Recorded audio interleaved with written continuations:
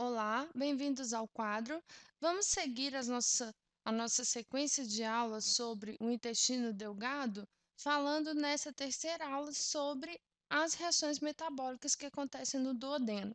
Nós vimos na última aula uma listagem das enzimas que vão atuar nessas reações e de algumas outras substâncias, como, por exemplo, o bicarbonato de sódio e a bile, que não são enzimas, mas que também atuam auxiliando aí as reações da digestão, ok? Então, para dar início a essa aula, vamos primeiro observar, ou melhor, relacionar algumas enzimas aos seus substratos, tá bom?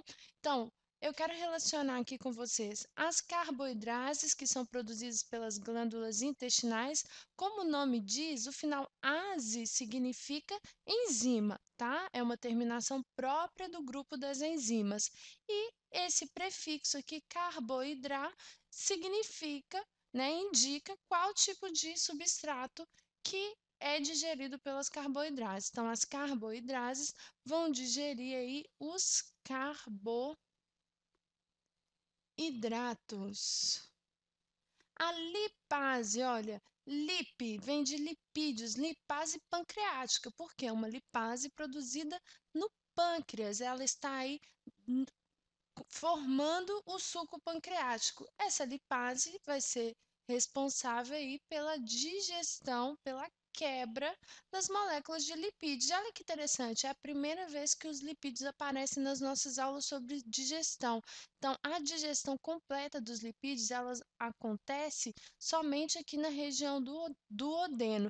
E essa digestão é facilitada pela bile. Então, a função dos sais biliares é emulsificar os lipídios. Emulsificar é contornar esses lipídios, diminuindo a bolha de gordura. Então, a bolha de gordura ela vai ser dividida em pequenas bolinhas e isso vai aumentar a ação da lipase pancreática, porque vai aumentar a superfície de contato. Então, a bile com os seus sais biliares, ela facilita a ação das enzimas lipase pancreáticas, ok? E a amilase, olha, amilase, amido, ok? Então, a amilase pancreática ela vai terminar a digestão aí do amido que iniciou lá na boca com a amilase salivar, né? Foi interrompida no estômago e agora continua aqui no intestino delgado, na porção inicial que é chamado de duodeno. Bom, nos resta aqui algumas outras enzimas, as enteroquinases, as peptidases, a tripsina, a quimiotripsina, tá? Sobre essas eu vou falar agora, só que nós vamos observar aqui algumas reações que envolvem essas enzimas. Bom, quando algumas enzimas são produzidas pelo pâncreas ou pelas glândulas intestinais, elas são produzidas sobre as formas inativas. Isso para quê? Para que elas sejam ativadas no local certo, que é no duodeno, para que elas sejam ativadas quando elas estiverem em contato com o substrato. Essas enzimas são as propeptidases, que são aí as precursoras das peptidases, que são as enzimas produzidas pelas glândulas do intestino, o tripsinogênio, que é o precursor da tripsina, e o quimiotripsinogênio, que é o precursor da quimiotripsina. Esses dois aqui produzidos aí no pâncreas. Então, tá aqui um indicativo para vocês do local onde cada uma dessas enzimas que são inativas são produzidas. Bom, aí entra a enteroquinase.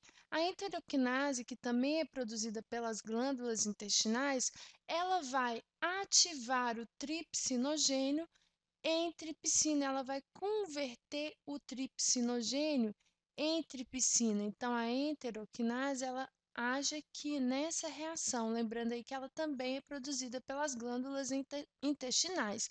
Então, quando o pâncreas libera o suco pancreático no interior do duodeno, a enteroquinase reage com o tripsinogênio e converte o tripsinogênio em tripsina. A tripsina, ela também vai agir sobre duas reações.